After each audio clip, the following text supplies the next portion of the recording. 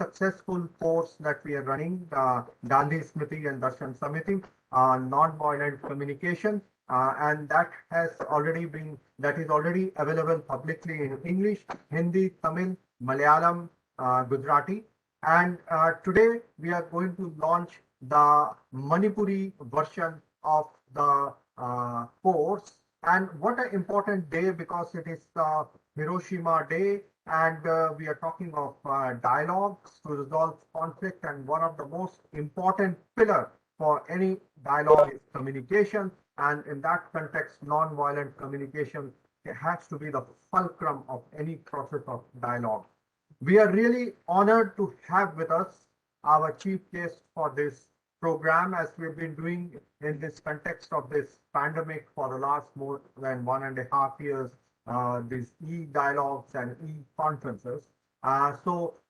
Today we are really honored to have Dr. Akash Auchi sir with us, who is going to be giving us the keynote address. Our chairperson for the day, Professor N. Radhakrishnan, who has been the former director of Gandhi Smriti and Darshan Samiti.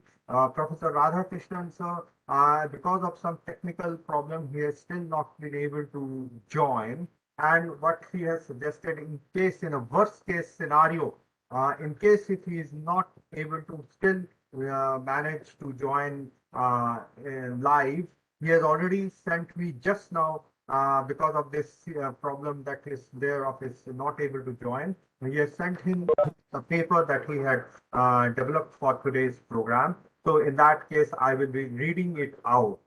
So for today, also we have for today's program, we have Dr. Oinam Sarita Devi from Manipur. She is a Gandhian scholar. And Dr. Sarita Devi also has been involved with Gandhi Smriti for a long time, since 1990s. And she has been the person, sir, who has actually translated this course of nonviolent communication in Manipuri language. And one is the Manipuri script, and the other is the Bangla script, in which she has translated in. And we are going to place it in our website today, and for people to even do this course in the Manipuri language.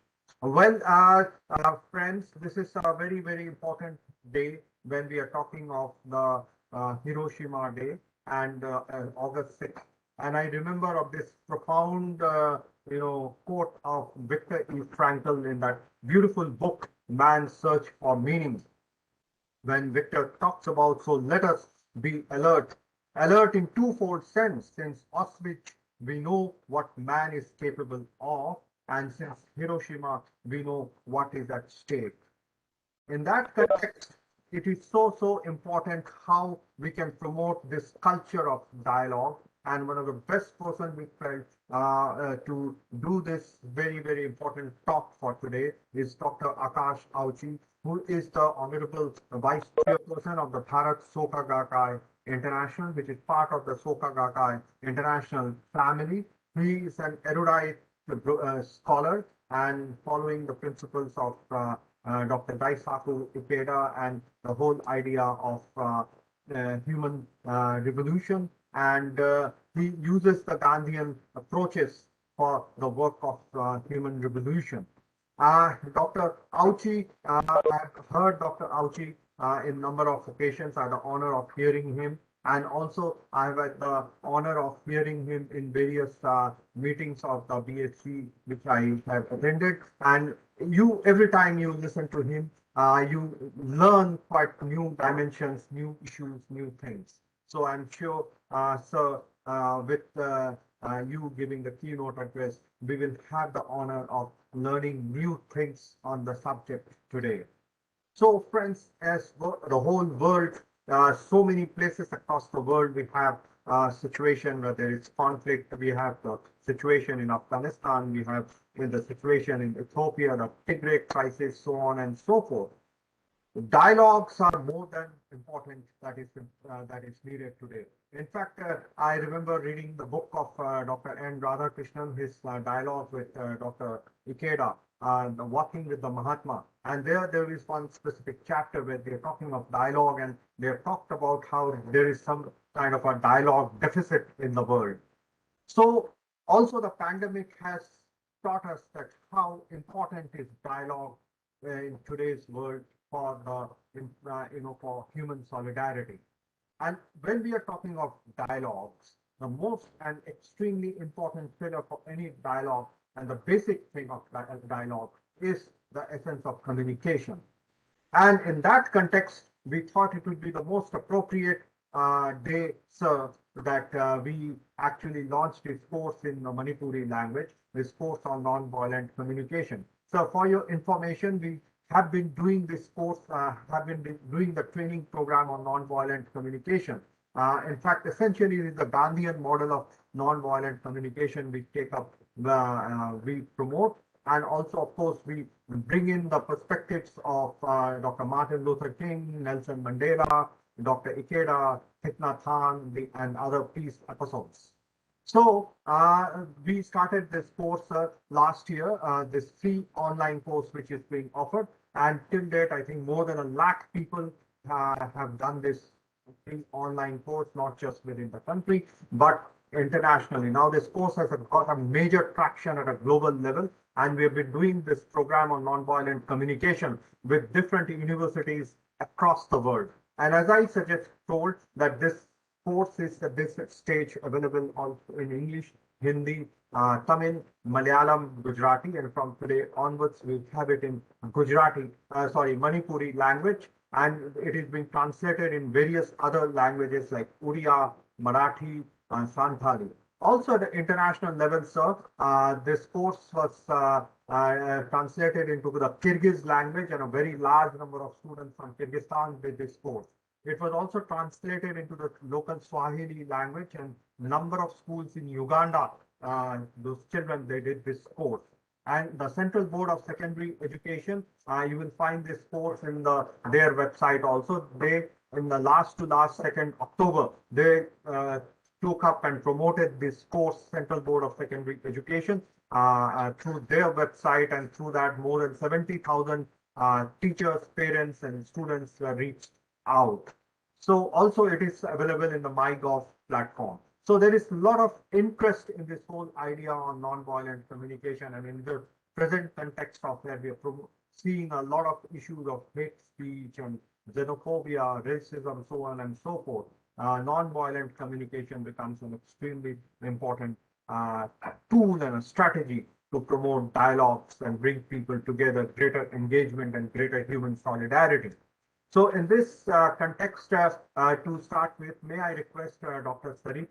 Oinam Sarita Devi, who is the Executive Secretary of the Kasturba Gandhi National Institute for Development, the institute working on the Gandhian approaches in Manipur. May I request her to talk on her whole experience of working on this issue of nonviolent communication and why it is important to reach out to the language audience that is there.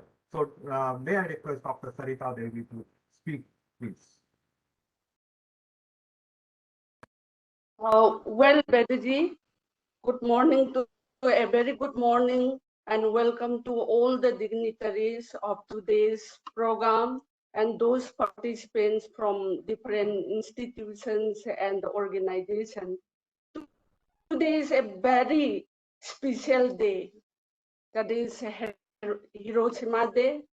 Here we remember that we realize from these incidents that nothing is more precious than peace. The act of violence can lead men to the dark caves and the lowest depth, but non-violence can lead men in the highest height of goodness. Non-violence is the safest instrument for peaceful ending of multifarious conflict, and no doubt even the international bodies had recognized the truth, though it is late. So on this significant day and launching of orientation, course of non-violence communication in Manipur in collaboration with Gandhi Samiti and Darshan Samiti New Delhi and Kasturba Gandhi Institute for Development, Manipur. And this launching of course book on non-violence, communication, and a Gandhian approach in Manipur language. To me, it is a very proud moment. For this, my gratitude to Sri Dipankar Gyan Sri, Director Gandhi Samiti and Darshan Samiti, New Delhi. Very much thankful and grateful to Sir for giving me the permission of doing translation this book in Manipuri language. For that, I must extend my thanks to Director Sri Dipankar Gyan Sri. And my special gratitude to Dr. Vedavyas Kundu, Program Officer, Gandhi Smriti and Darshan Samiti, for your contribution of such a valuable book. I appreciate and thank you very much, Vedaji. And thanks to Dr. Akash Ochi, Vice Chairman of Bharat Soka Gakkai, for being with us on this special remembering Hiroshima Day itself. We are gathering here for that. I welcome you, sir, and thank you very much. And I have the privilege, my privilege to gratitude, even though Dr. Radhakrishnan is with us now in this program, but I hope Vedaji will surely convey my regard to Dr. Radhakrishnan, Senior Gandhian, for this special moment, because Sir is the one who introduced and shown me the path of Gandhian ideology and search for truth and non-violence in the year 1995, when he was the directorship tenure in Gandhi Samiti and Darshan Samiti. He selected me as Gandhi Fellow by that time and guided me in the journey of realizing Mahatma Gandhi. What I am today, all because of Sir Radhakrishnan ji. So every person is respecting Radhakrishnan as the senior Gandhian, but for me, he is my guru, that real guru in this field. So I would like to pranam to Sir Radhakrishnan. And coming to this releasing function of this book, Non-Violence Communication, a Gandhian Approach, written by Vedaji. Already he had mentioned that we are producing in two different scripts. One is Meitei Mayek and another one is Bengali script. So you all might wonder what I said. Let me clarify to you that Manipuri script is over 3,500 years old, was lost with the coming of Hindu Vaishnavism, that missionary, in the year 1709, during the reign of Pamahiba, they're also known as Garibani was, and replaced those manuscripts by Bengali script. But now we have written it to our script, Meitei Mayek. I'll show you that Meitei Mayek.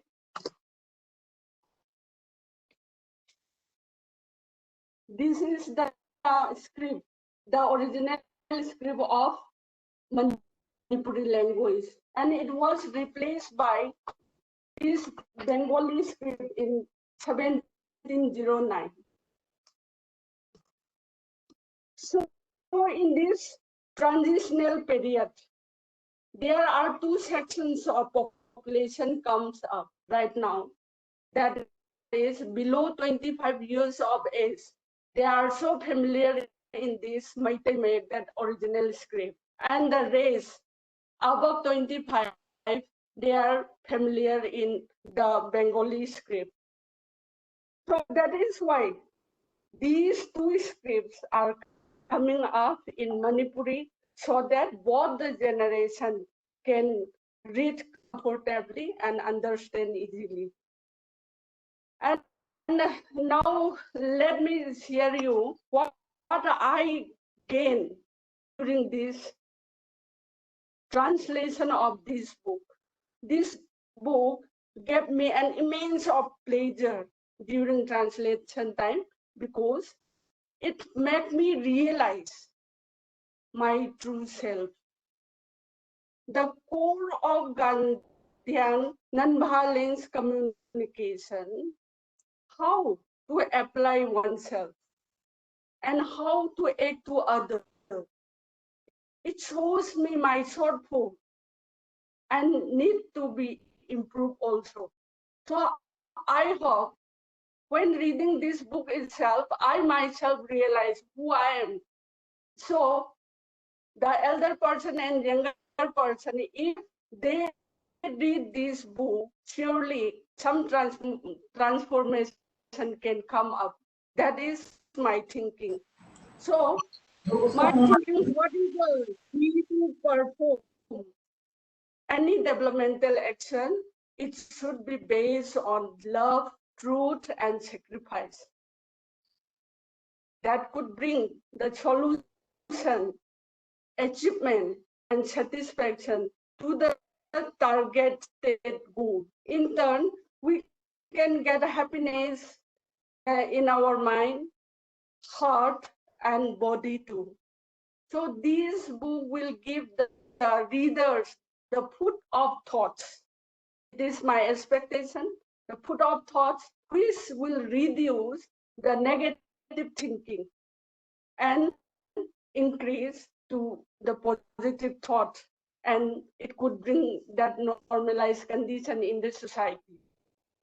Therefore, I believe that it could be a very useful tool in bringing a normalized, peaceful society in the state of Manipur, because everybody knows that Manipur is a state of multi-ethnic groups having diverse culture and tradition, and very sensitive as it has been seized under a conflict situation for more than 4 decades. Several armed militants organizations, both from the hills and the valleys, demanding for their sovereignty and any other issues also.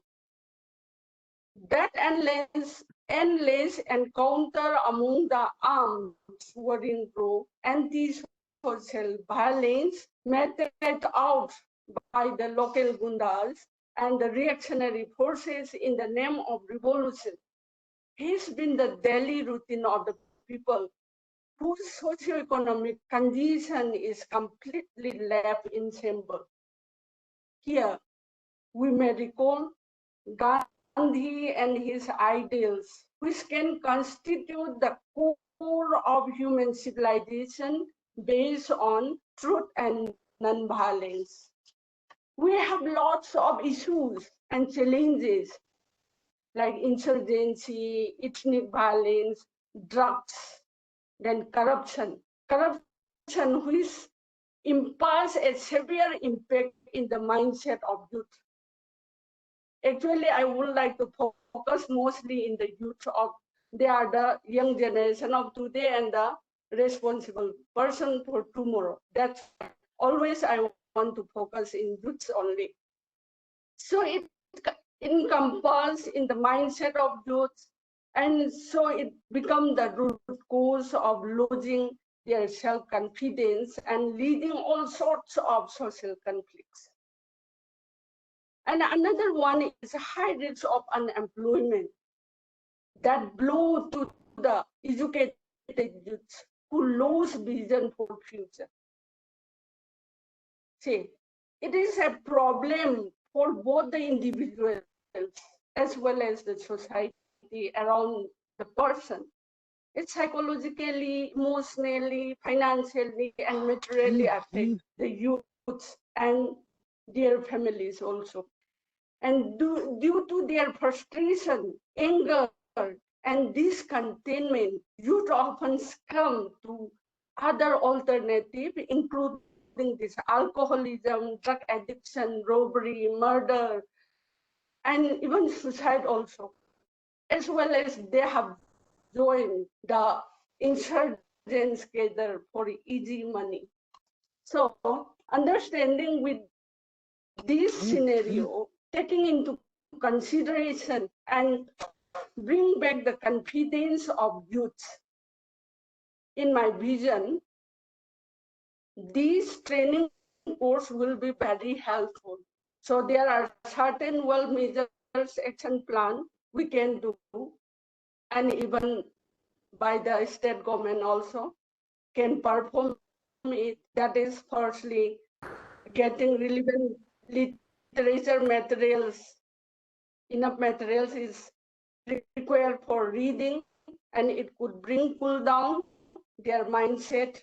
And another one is to provide proper education and training opportunities to all, and find the venue for developing leadership qualities, then tolerance, open-mindedness in the realm of Gandhian ideology, and that the training should be based on ahimsa, so that it can promote good physical health and mental health, in turn to create a sense of integrity and social harmony among the peoples of all communities. Because we need to bring among these younger generation, especially that upcoming youths, it may be a great revolution to them by changing their nature, very hot, violent intention, and hate motive into love and peace. This revolution can change the character and mindset of men for all time. And here we need the moral transformation in the character of human society. And at last but not least, I would like to convey the government, related departments, and the civil society of the country to include these course, non-violent communication course, in the class, standard class 9 to 12, as a part of education, so that the youths could play an active role in order to apply Gandhian ideology of truth and non-violence and change the mindset of people, so that violence in thought, word, deed can be eliminated. And I hope it will be a helpful to solve the conflict situation and to create sustainable peace, eradicate poverty and discrimination, strengthen communal harmony, and cooperative relationship among ourselves. So lastly, my request is, let us seek and follow the footsteps of Gandhi to bring peace among us. By saying these few words, let me wind up here. And once again, I would like to thank all the dignitaries, especially the staff member of Gandhi Smriti and Darshan Samiti, and who are participating in this program and hearing patiently for that. Please stay healthy and stay safe. Thank you all once again. Thank you. Thank you, Dr. Saritaji, for your insightful perspectives. Now, without uh, wasting any time, may I request our chief guest for the day and our keynote speaker, Dr. Akash Auchi, sir, to kindly give his keynote address. And before that, I was reminded of this very, very apt quote of the present Secretary General of the United Nations, Dr. Antonio Guterres, who said that Nagasaki and Hiroshima remind us to be peace first every day, to work on conflict prevention and resolution, reconciliation and dialogue, and to tackle the roots of conflicts and violence. So very apt statement in the context of what we're going to listen today from Dr. Akash Auchi on how we can promote a culture of dialogues across the not only at the individual level, but at the level of institutions, at the level of the society, and a global level at a larger context. Dr. Auchi, please. Thank you. Thank you. And I'd like to share the screen if it's okay for everybody.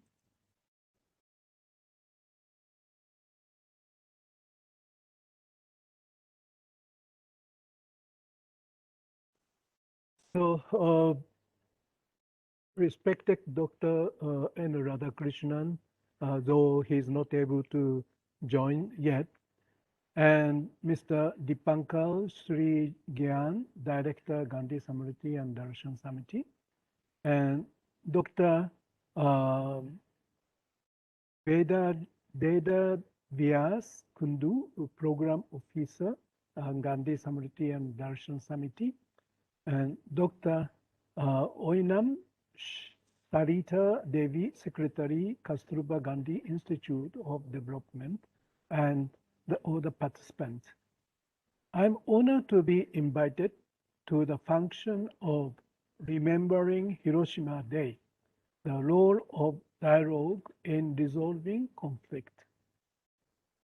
1945, August 6, 8:15 a.m., atomic bomb was dropped at Hiroshima, first time in the history of humankind. A bomb experience of Hiroshima city and Nagasaki city will be the eternal message for the humanity. That is, not to use nuclear weapons whatsoever the situation may be. This photograph, which we are now seeing it, was taken by US Air Force after a bomb was dropped and exploded. A bomb called Little Boy exploded 43 seconds after it was dropped from the US Air Force aircraft B-29 called Enola Gay. The photograph of PPT shows the actual Little Boy.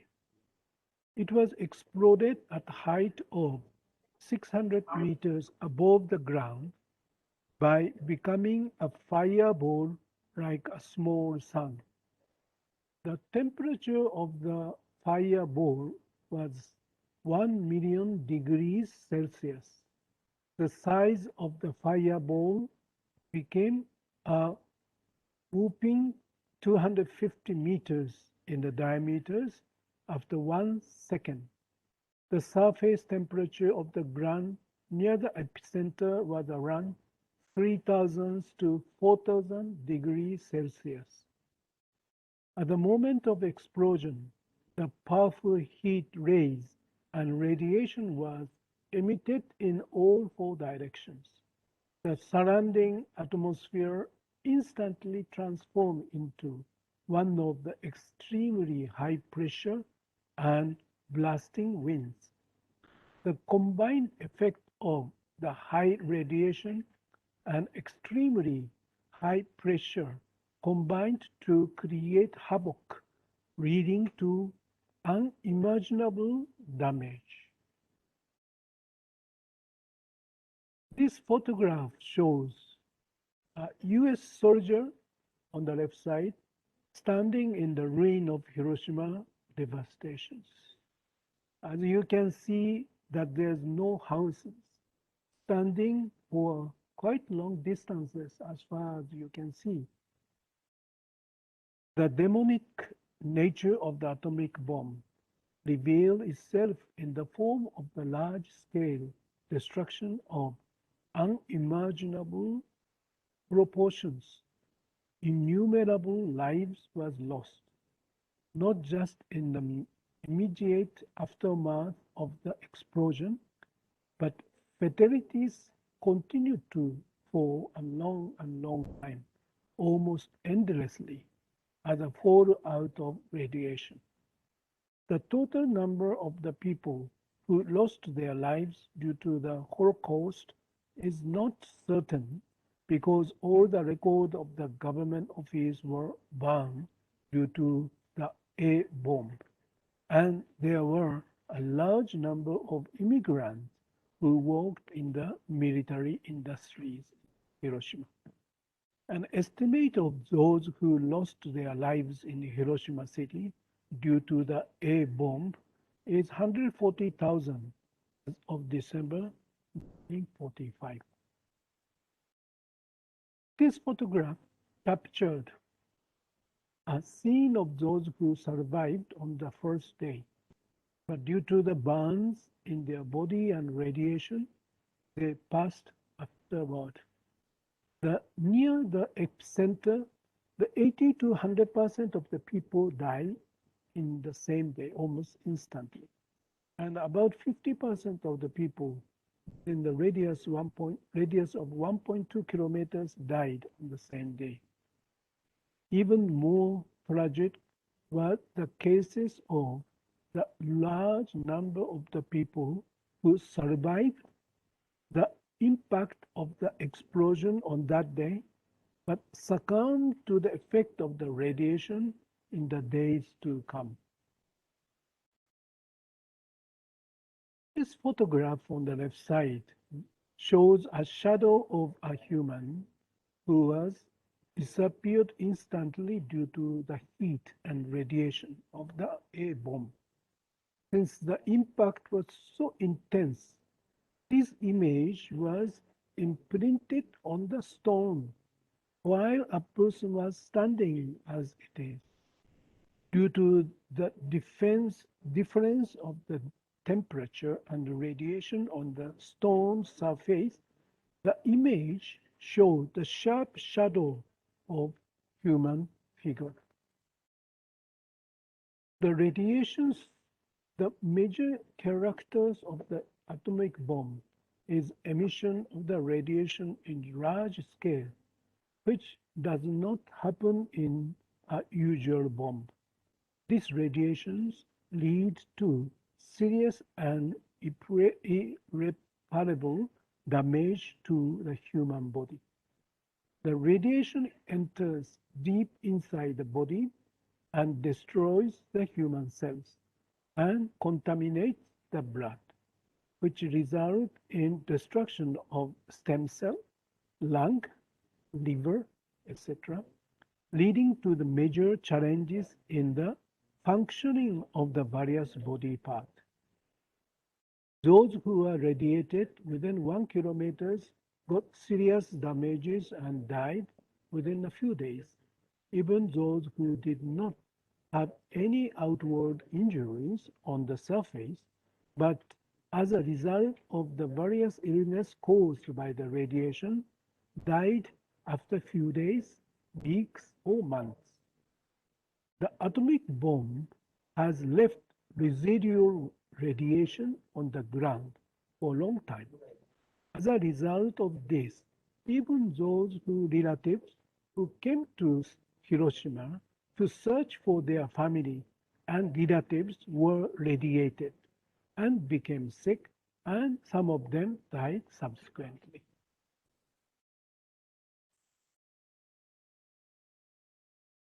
The after effect, like a delayed effect of the radiation, became the serious matters.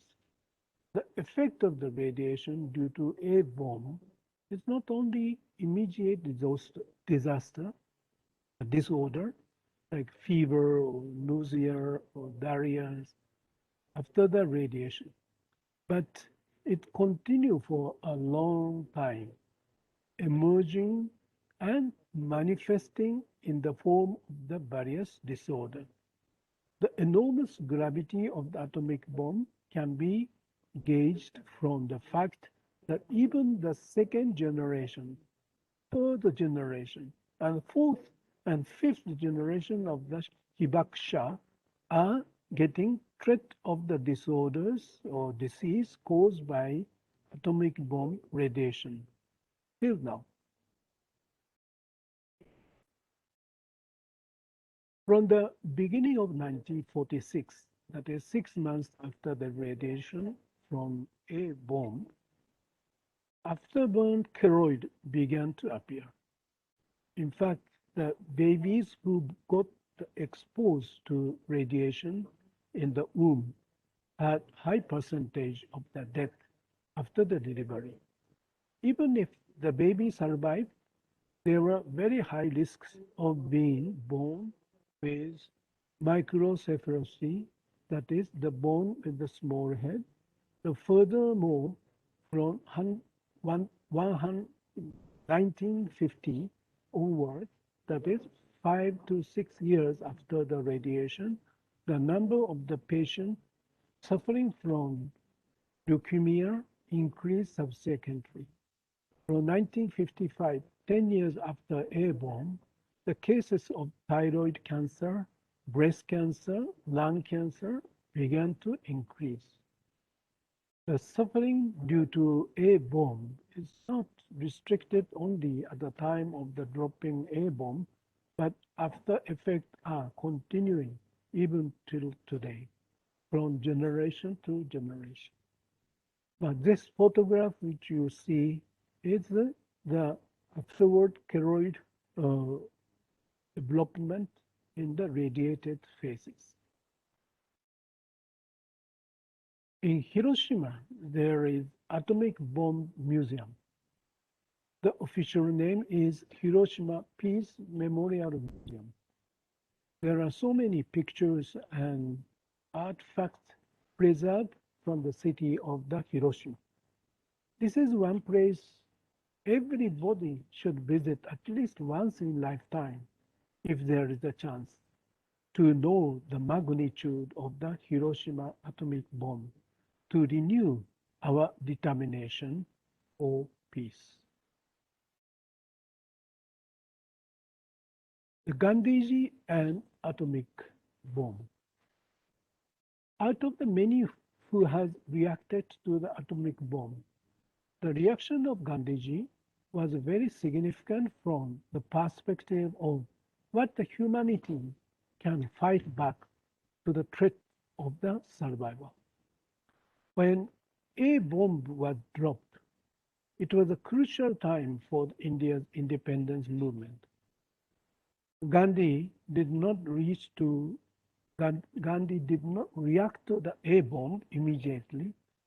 He maintained the silence for a long time, thinking about every aspect and the far-reaching impact of the A bomb. He finally said that with the conviction of human spirit to believe in nonviolence, it is the only thing that the atomic bomb cannot destroy. I did not move a muscle when I first heard that the atomic bomb had wiped out Hiroshima. On the contrary, I said to myself, unless now the world adopts the nonviolence, it will spell certain suicide of mankind, unquote. Margaret Burke the White, the American correspondent, asked Gandhi on the 30th January 1948, just a few hours before he was killed, how would you meet the atom bomb with the non-violence? Then Gandhiji replied, I will not go underground. I will not go into a shelter. I will come out in the open and let the pilot see I have not a trace of ill will against him. The pilot will not see our face from his great height, but the longing in our heart that he will not come to harm will reach up to him and his eyes would be opened. Mr. Ikeda wrote, the Mahatma Gandhi proclaimed that the power of the spirit is stronger than any atomic bomb. To transform this century of the war into a century of peace, we must cultivate the limitless inherent power of human life. On September 8, 1957, second president of Soka Gakkai, who was also imprisoned during the World War II on account of his oppositions to the Japanese military government, made his declaration against the use of atomic bomb by defining it as an ultimate evil that threatened that the very survival of the human race. Following the will of Jose Toda, the third president of Soka Gakkai, Mr. Daisaku Ikeda, has carried the campaign after campaign against nuclear weapons. One of the initiatives which the Soka Gakkai has taken was to organize an exhibition to threat the nuclear arms to threat to our modern world, together with Hiroshima City and Nagasaki City. This exhibition was organized in the major part of the world, and also this exhibition was organized in New Delhi at the IFAX in 1986 with the support of Indian Federation of UN Association. Later later on, the Soka Gakkai joined in the hand with IPPNW, the International Physicians for the Prevention of Nuclear War, and ICAN, the International Campaigns to Abolish Nuclear Weapons, for the various campaigning of the demolition of nuclear arms. As you know, ICAN was awarded the Nobel Peace Prize in 2017. Today, on August 6, Hiroshima Day, we, the SGI, would like to renew our resolve to continue our effort toward completely demolishing the nuclear arms from the world for the sake of the world peace.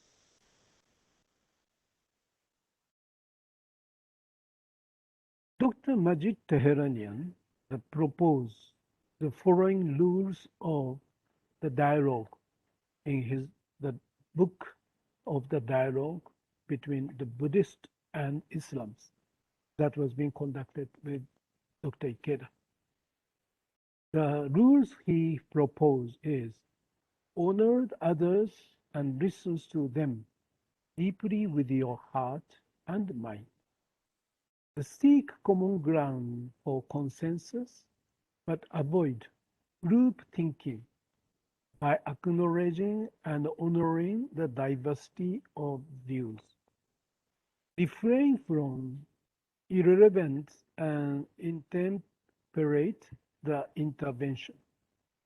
Next one is the acknowledge others' contributions to the discussion before making your own.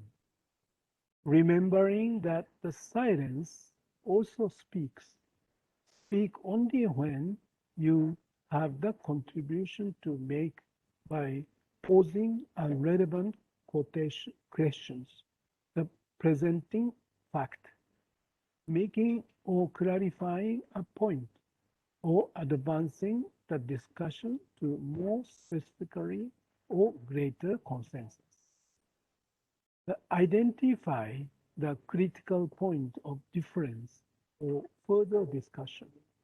Never distort other views in order to advance your own.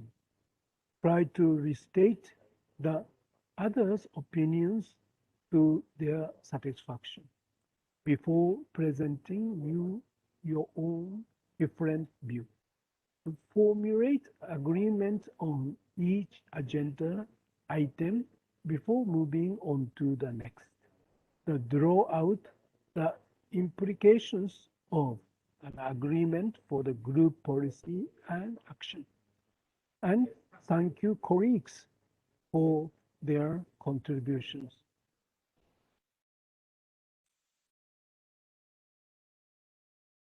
This paper crown, which you see, is the symbol of the determinations of the people of the Hiroshima for the peace. When the Barack Obama, the first president of the US who visited Hiroshima, he made this paper crown by his own hand as his expression of his determinations. Dr. Ikeda has conducted the nearly 1,600 dialogue with the people around the world, statesmen or head of the state, opinion leaders, educators, professors, Nobel laureates, and with people of the different religions and thought. This is the actions needed for the sake of the peace. In fact, first dialogue which he had was with Dr. Arnold Toynbee, and his dialogue was published later as a Choose Life. Humanity have to choose a life to survival rather than death. And Dr. Arnold Toynbee has suggested to Dr. Ikeda to meet with so many people. He gave the list, including like Aurelio Pezzi, the founding president of the Club of the Rome, and like Henry Kissinger, and many other people. And since then, Dr. Ikeda energetically conducted dialogues one after another to create the common ground in the humanity, proposing the dialogue. And he proposed the peace proposals to the United Nations every year and proposed to have the dialogue of the head of the state and so on. Dr. Ikeda says, appealing to the innermost sense of morality, that means the essence of the dialogue lies in the promoting the meeting of the heart and the mind. This is the spirit he carries in every dialogue. His deep respect to the partner of the dialogue brings and taps the great potentialities, great power, and great good. And then the dialogue becomes inspiring. So today's discussion is the role of dialogue. So I like to conclude my speech by giving the new hope that by conducting a dialogue with the spirit of nonviolence and respect for the others, with the example of Gandhi, we are sure that we'll be able to bring the momentum of the peace in the world. Thank you very much. Thank you, sir, for a very insightful keynote address. What I think I should do, sir, is that since Professor Radhakrishnan sir has sent me his speech for the day, I think I should read out that, and then we can open the floor for question answers from the esteemed participants. So before we have that question answer session, question answer interactive session, please permit me to read out this lecture of Professor Radhakrishnan. Here it is for all of you. Am I audible, please? Hello? We can hear you. Okay, sir. Okay, sir. So this is Professor N. Radhakrishnan, and he has talked about lessons from Hiroshima and Nagasaki. Today is the Hiroshima Day, to be followed by Nagasaki Day next day, when humanity reflects on the tragedy of the two horrific and the most diabolical acts perpetrated on humanity. The nagging questions that trouble every sensible person on earth are: have we learned any lesson from these two mad and insensible acts on humanity? And are the bombs over Nagasaki and Hiroshima the last in human history? Nagai Dakashi, the author of Bell of Nagasaki, sang, "The bell of Nagasaki tolls, nation plans no more war, so long as the atomic bomb exists. Future wars are suicidal. Listen to the wailing voices of the dead. Fight no more. Cooperate with the boundary of love. The dead lie in prostrate before God, beseeching him that bomb on Nagasaki be the last in human history." Professor Radhakrishnan says that the two grim situations, one present and the other 2 decades ago, where humanity opened its eyes to certain stark realities. The COVID-19 epidemic shattered many of the illusions humanity had been cherishing, and mad and the insane September 11th terrorist attack on America, besides altering the course of human history, reveals how fragile our castles and glass houses of progress are. The supremacy of the genocidal weapons to inflict crushing defeat on enemies has also been exposed. Nuclear weapons or war, those still haunt humanity, are no longer the deadliest deterrent. Anything in human hands could become deadly and fatal. Hence, our perception of peace in the absence of war and violence need to change. And this again, Professor Radhakrishnan quotes Jonathan Shell, the author of Land Book, The Fate of the Earth, The Gift of Time. The case of nuclear pollution now points out could be some use to us in our understanding gravity of the situation. Jonathan Shell says two paths lie before us. One leads to death and the other to life. If we choose the first path, if we humbly refuse to acknowledge the nearness of extinction while increasing our preparation to bring it about. On the other hand, if we project our doom and then our efforts towards survival, if we arouse ourselves on the peril to forestall it, making ourselves the allies of life, then the anesthetic fog lifts a vision there. Professor Radhakrishnan says over 1,000 million human beings are living on an average annual income of less than $200. More frightening than this is the revelation that by 2080 the world population would have crossed 6 billion. Ecological degradation and the callous manner in which the precious non-renewable energy resources are being squandered in the name of progress have started sending shockwaves, at least in some sensitive souls.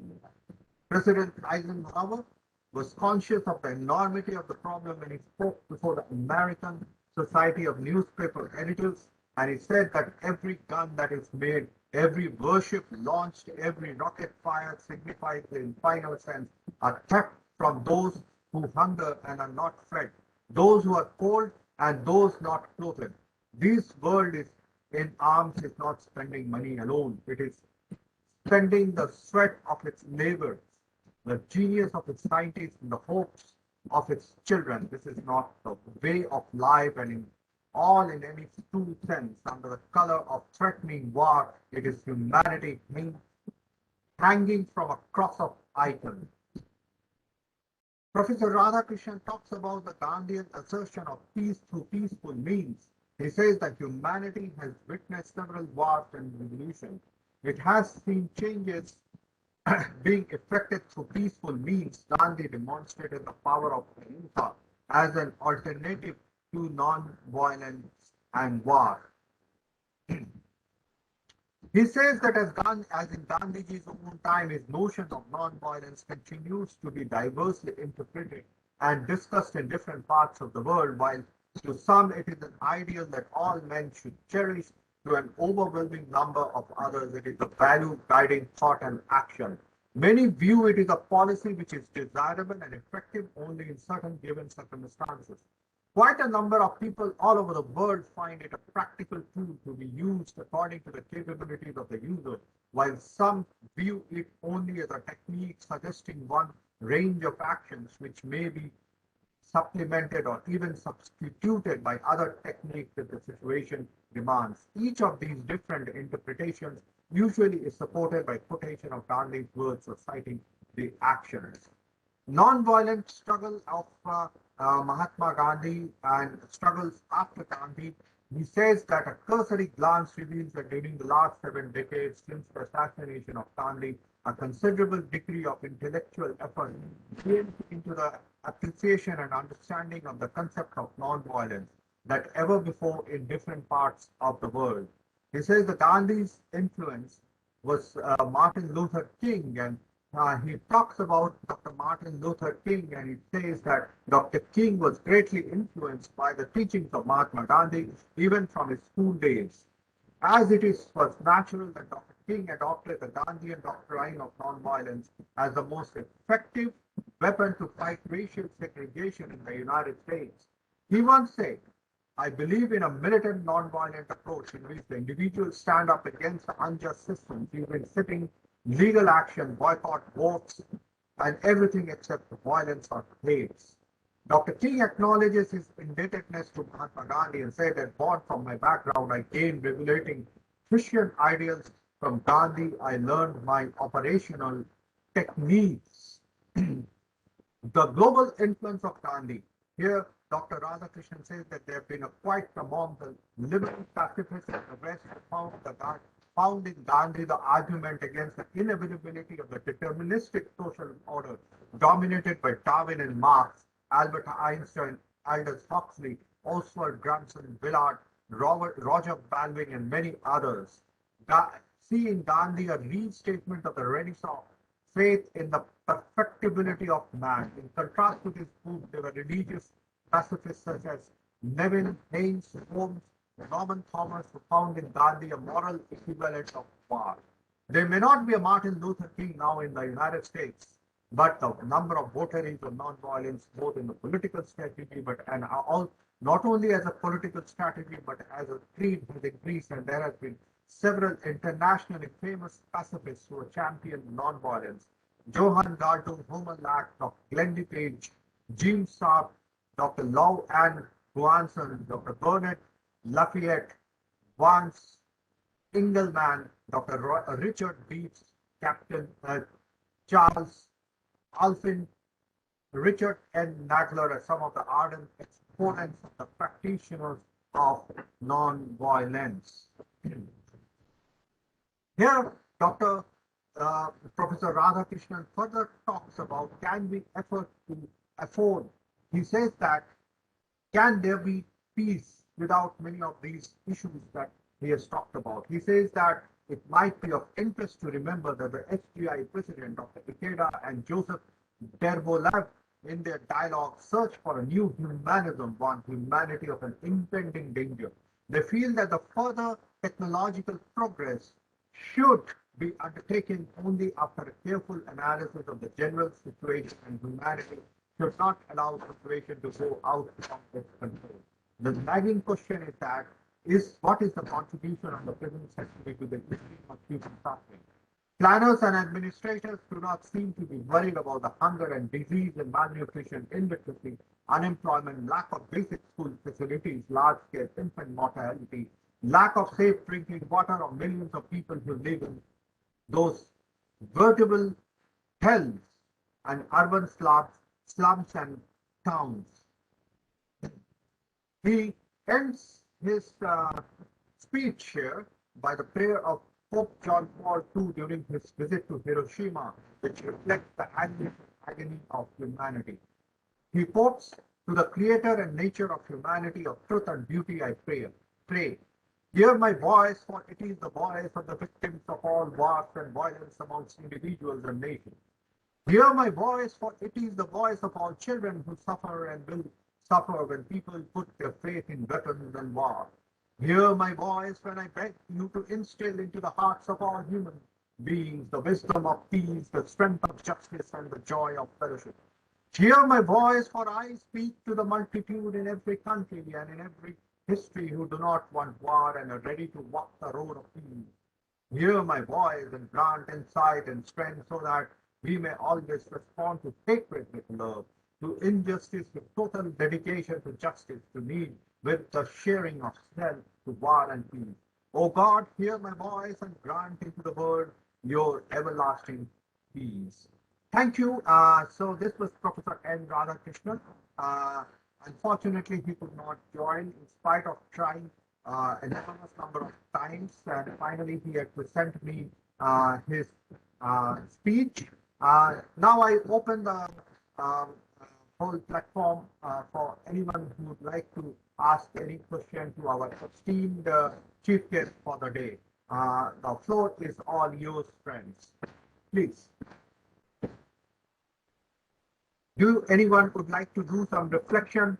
Anyone would like to talk on any aspect which Dr. Auchi had underlined, or even Professor Radhakrishnan on?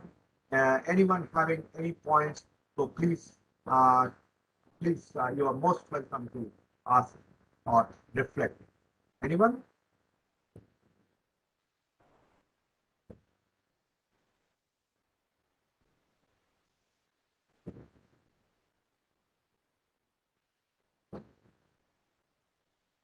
Sarita ji, want to ask anything? Or any of our friend? Roji is there, I can see. Manoj is there. They have recently taken part in this international conference on conflict transformation. And Saddam Hussein, I can't see him. Others? Anyone would like to share some reflections? No one? Well, fine. Uh, so I wish to thank Dr. Auchi for his very insightful presentation on this important day where we are reminded of the madness that was pushed for on the humankind by the bombing of Hiroshima and Nagasaki. We are really cherish your speech, your address.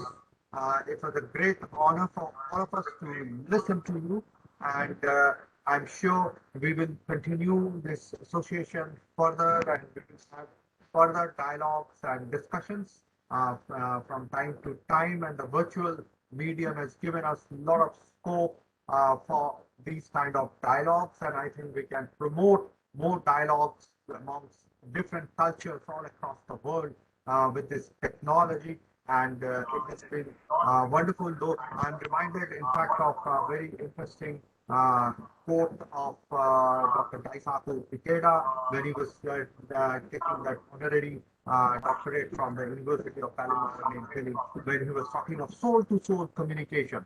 He was talking about how technology has been able to, we are able to reach out to people at large number, but what is missing today is soul to soul communication. So it is the ingenuity of each one of us on how we contribute to this whole culture of dialogues and promote this whole idea of soul to soul communication.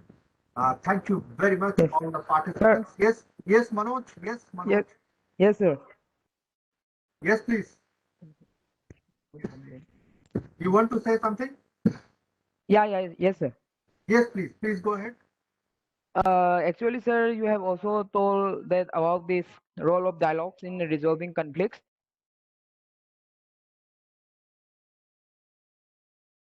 Yeah, do you get me, sir? We can hear you. Hello.